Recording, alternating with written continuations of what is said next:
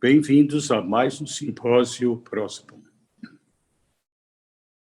Dostoiévski, diante da morte de sua esposa, Maria Dmitrievna, escreveu suas reflexões, suas considerações sobre a vida humana e sobre a questão da morte.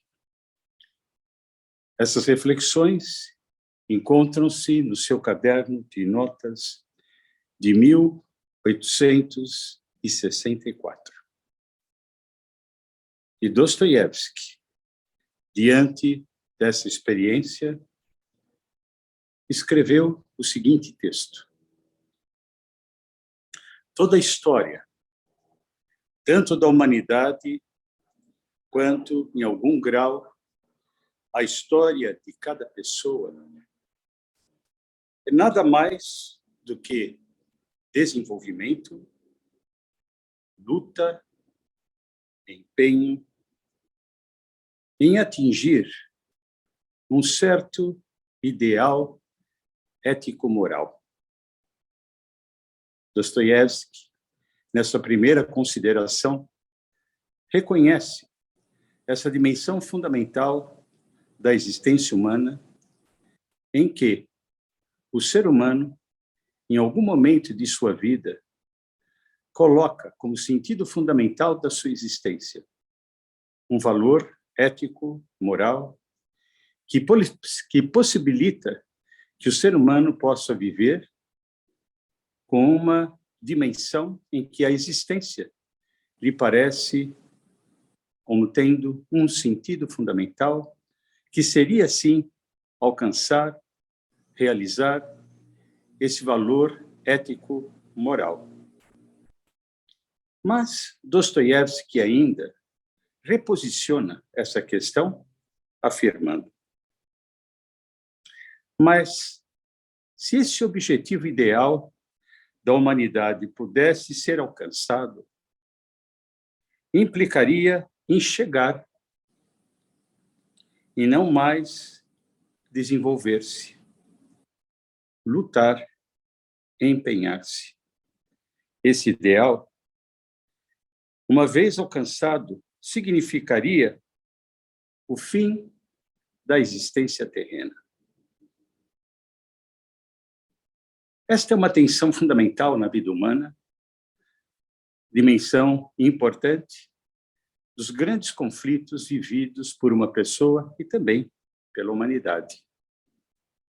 A crença de que é possível, sim, realizar plenamente um ideal moral e ético implicaria, sim, um autoengrandecimento de si, ou implicaria, do ponto de vista sociopolítico, a ideia de que alguém ou uma sociedade é a plena encarnação da verdade.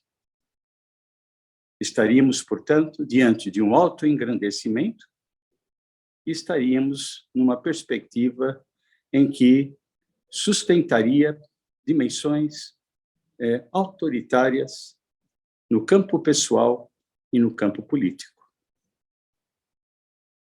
É preciso aqui, como Dostoiévski assinala, sim, caminhar-se em direção a um valor ético-moral, talvez alguma concepção utópica que move o sentido e a esperança da condição humana. Acreditar que a realização plena é autoengrandecimento, já não é mais celebração da existência, da vida, mas sim celebração da morte idólatra de um ego, de um povo ou de uma posição política. Dostoiévski continua: esse ideal, uma vez alcançado, significaria o fim da possibilidade do ser humano e da história da humanidade poder viver em contínua expansão, crescimento, descoberta, criatividade. Dostoiévski nos diz: em meu modo de ver, atingir esse ideal é completamente sem sentido. Seria a extinção e desaparecimento de tudo. Há aqui a perspectiva que Dostoiévski assinala, né, de toda a criação moral que leva, na verdade, a uma destituição do ser humano, algo que precisa se discriminar, de valores éticos que norteiam, sim, a existência, num contínuo devir, num contínuo desenvolvimento, num contínuo esforço de construção e de peregrinação pela vida.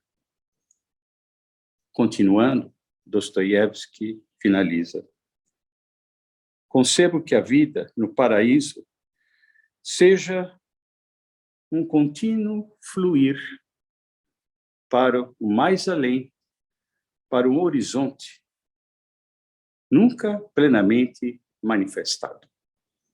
É interessante que Dostoiévski assinala essa dimensão fundamental do caminhar, do peregrinar, não só como elemento fundamental da existência humana no campo do tempo, do espaço, no campo ôntico, mas também assinala que no seu modo de ver a questão da possibilidade da morte concebida para um mar mais além, seja, como ele diz, numa concepção de paraíso, seja na transmissão transgeracional, em que uma pessoa e uma geração transmite aos outros valores éticos para que a construção do mundo continue de uma forma sempre renovada, sempre criativa, é para Dostoiévski uma dimensão fundamental, ética e espiritual da existência. Perspectiva reconhecidamente como ser humano, como caminhante, como eterno peregrino, desvelador da verdade. Muito obrigado.